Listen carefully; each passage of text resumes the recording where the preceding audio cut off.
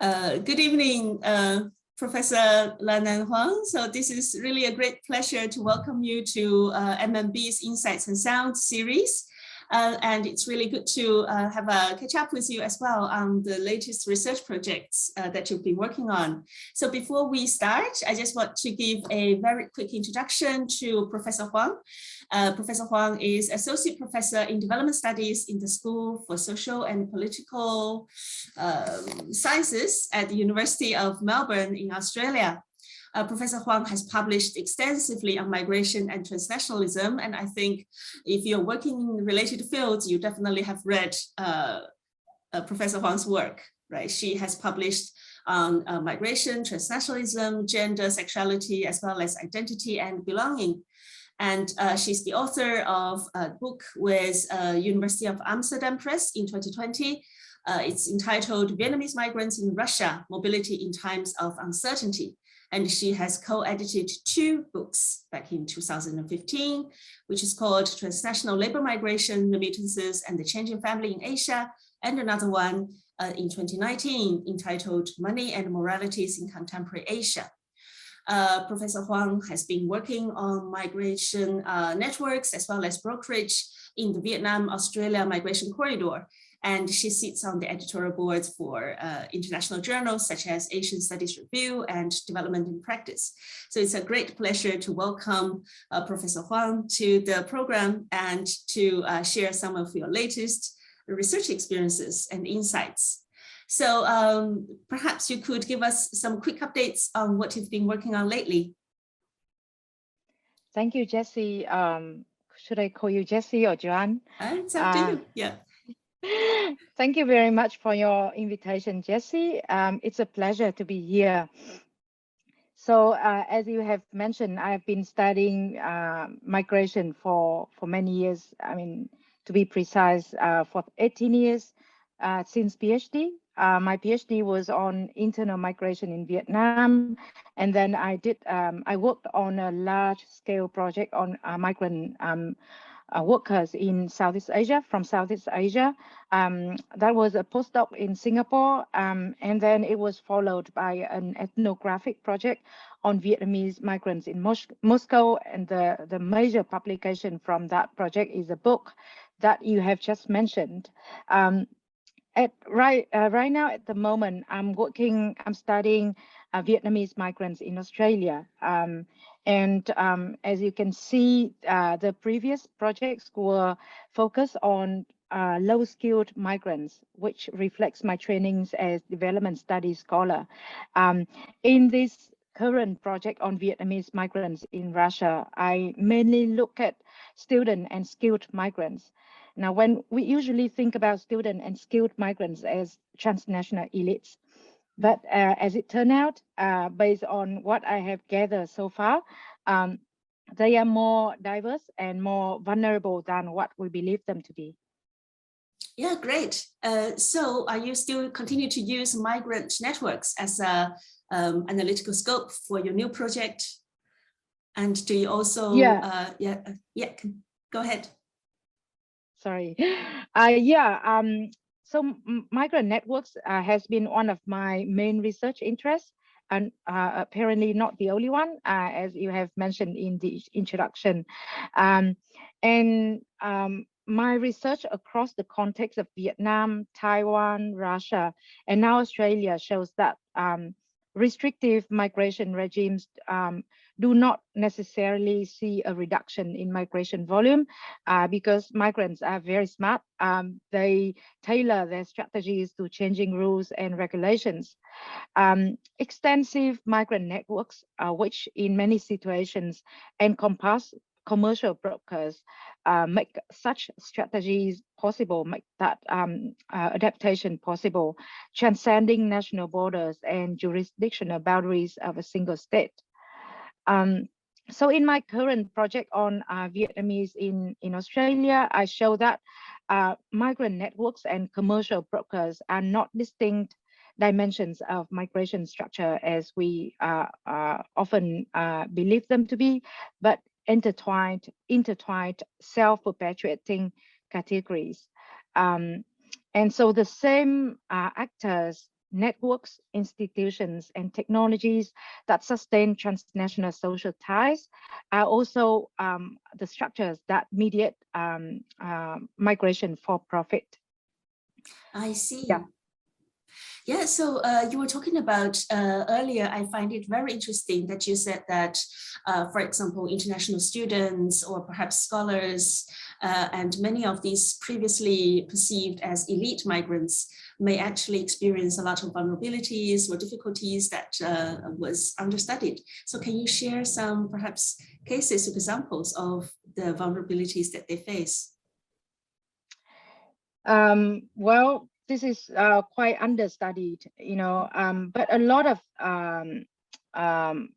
students, and not only Vietnamese students, but also Chinese, Nepali, Bangladeshi, Indian students in Australia come here with the hope to earn a fortune within a short period of time, or to obtain PR. And actually they can barely afford it, because tuition fees are charged by high-ranking Australian universities are very high. They cannot afford it. They usually enroll themselves in a prestigious university for visa, because it's easier to obtain a visa that way.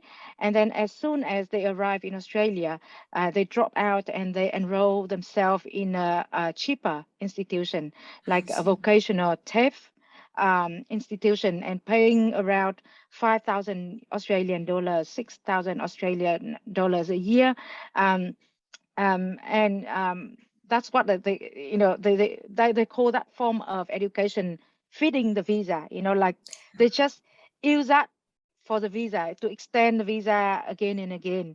And so because they don't come from a well-off background, they are expected by their parents to support themselves, and even maybe to accumulate some saving, and sometimes even to send remittances home. And as you know, students in Australia are not allowed to work for more than 20 hours a week. And so they, many of them, in order to work for more than 20 hours a week, they have to work illegally, paid by cash, and therefore they are subjected to exploitation, sometimes even abuse, and because they fear that they would be deported for working more hours than legally allowed. They do not report these instances of abuse and exploitation to the government, to the authorities. I see. And in that sense, I would imagine the past 2 years have been particularly difficult for them with the pandemic, with border control, and a lot of the travel restrictions across state boundaries as well. So any observations of how this period have intensified their vulnerability or precarity in Australia? Yeah, no, you are right. Not being able to work has been very hard, so many students actually left Australia towards the end of 2020 because they couldn't work, they couldn't afford living in Australia, and because these people didn't come here for the knowledge, to learn skills. There was no point staying, so a lot of them left, but just temporarily, and they have come back as soon as the borders are open. Yes, so I mean, when I say they don't come from wealthy backgrounds, I say it in very relative terms, because of course, their families must be middle class in order to prepare them for the Australian universities requirements, like in terms of English language proficiency and transcripts and, previous studies, as well as the initial financial investment. So they were not in dire situation during the pandemic, but of course, many of them were struggling. I didn't hear about any horrifying, distressing stories about their plight during the pandemic, but that tends to happen before and after the pandemic, and not during the crisis. Yeah, I see. That's fascinating. And I'm sort of really interested to get a sense of how their situations compare to, for example, the other migrant groups that you have studied, you have worked with for a long time, the Vietnamese migrants in Russia. So you said that their situations are quite different. In what ways are they different? And could you share a little bit more about migrants in Russia, especially in the current context? So you want me to speak about the migrants in Russia, not about those in Australia? I think because I'm very interested to hear you talked about sort of the current project and just how this project is an extension perhaps of your previous studies on migrants in Russia. Yeah. So what unites all the different projects that I have done up to now is my interest in migrant networks, but the migrants that I study in Russia are in very different situations. They tend to come from poor rural households in the north and central Vietnam. And they don't speak Russian very well, like they speak very broken Russian, just enough for them to sell things at the market, like the colors of the clothes or, how to count money, and that's it. So they can barely communicate with local Russians, and they tend to be undocumented. So even though the Vietnamese that I study in Australia engage in many illicit and informal activities, they are more likely to be documented. But those that I study in Russia are more likely to be undocumented. And even if they have legal documents, those documents like work permit or dependent visa tend to have been sourced from through commercial brokers, and therefore they are not sure of the whether the document is genuine. And even if it's genuine, they still violate Russian immigration law in one way or another, because the Russian immigration laws are very complex and sometimes, very unrealistic. For example, many of them do not live at the place register as their address in the system. So Russian police can easily extort them for money, harass them, or deport them, detain them. So they are quite because of racial discrimination in the Russian labor market, and because they don't speak the language well, they don't know the culture, and they tend not to be tertiary educated. They don't have any opportunities outside the shadow economy or outside the wholesale markets where most of them work. And these markets are operated with their own rules outside the mainstream economy, often owned by the oligarchs, close associates of Russia's senior politicians, including Vladimir Putin. So these men are very powerful. They can run the markets the way they wish them to be. So it's highly exploitative, and migrant traders have to accept any terms of work, any working conditions that are imposed upon them.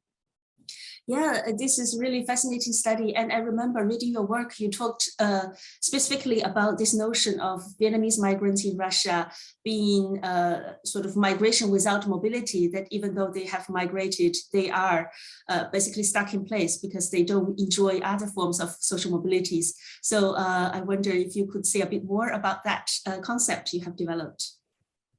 Yeah, thank you. I really like that question. So it's not only social immobility, but also physical immobility, and also imaginary immobility as well. Because as undocumented migrants in Russia, they are vulnerable not only to Russian police harassment and extortion, but also opportunistic crime, and also to the the way Russian government managed these shadow economy, these markets, because they have, in the past, they have closed down the migrant markets many times without any prior notice, without any compensation. So, and there's also a very a strong xenophobic sentiment in post-Soviet Russia. As you can see in the ongoing war, Russians feel like, they have lost their status as the global superpower, and the hostility against Western adversaries in the past has now been shifted to foreign immigrants who are seen as polluting Russia's pure culture and Russia's pure racial purity. And therefore, foreign immigrants, and especially those who don't look European, those coming from China and Vietnam and Central Asia, are very vulnerable to xenophobic attacks. So all these constraints make it very difficult for Vietnamese to go beyond their ethnic bubble. They tend to concentrate, around the markets where they work. They live in very crowded migrant hostels or rented apartments in order to be safe. And they have to accept working in very exploitative markets, because the markets are actually protected by local police and authorities for a sum of money. And so they do not socialize. Many told me that they had not even visited the Red Square. Red Square is the symbol of Moscow. It's very famous landmark, and they had been living in Russia for 5 or even 10 years. They had never dared to venture to the Red Square. So all they do is, just to go to the market and go back home at the end of the day, 12 hours a day at the market, and work and sleep, and that's it. Oh boy, that sounds like a really difficult life. And just now you mentioned the ongoing conflict that's currently happening, even though it's in Ukraine, but we know the economic sanctions must have a huge impact on the Russian economy. So how do Vietnamese migrants cope with the ongoing conflict, if you have any update information on that? So I haven't been able to visit Russia lately. So what I'm going to say here is purely anecdotal, based on my observations on Facebook, mostly Facebook groups of Vietnamese migrants in Russia. So based on what I have read, the most important thing that has affected their lives is the value of the Russian ruble. The Russian ruble, I think, has lost like 70% of its value since the war, since the start of the war. And because these people often sell imported wares, and often Chinese imported goods, clothing, footwear, and so on. The value of the Russian ruble really affects their business. But they don't see this impact of the war on themselves. They don't link it with Vladimir Putin's policies. As you know, Russian media have been closely controlled by the state, and like local Russians, Vietnamese migrants are supportive of the war. They believe in the state propaganda, and they think that Russia is doing the right thing. But on the other hand, they also work alongside many Ukrainians at the market, and usually Ukrainians work for them as shop assistants. So there's a strong sense of compassion as well. So I can see that some community leaders have called for donations and called for volunteers to pack and send supplies to Ukrainian refugees who are arriving at Russian borders. But then on the other hand, they also urge each other to follow the Vietnamese embassy's call not to discuss the war, not to discuss their personal views about the war in any public fora. And it's mainly for their their safety. But also you imagine that coming from totalitarian countries themselves, there's a strong fear of authorities, you know, like you're not supposed to criticize the government, the head of the state. So yeah, that's basically the situation. Oh, wow. Fascinating. So yeah, I think our time is up, but if you want to read more about the fascinating lives and livelihoods of Vietnamese migrants in Russia, go read Professor Hoang's book, Vietnamese Migrants in Russia, Mobility in Times of Uncertainty, with Amsterdam University Press, published in 2020. So thank you very much, Professor Hoang. We really look forward to reading your new work, and hopefully your research will be a success once the pandemic is over, when you get to travel back and to perhaps doing more fieldwork in Australia as well. Thank you, Jessie. Thank you, everyone. Thank you. Bye. Goodbye.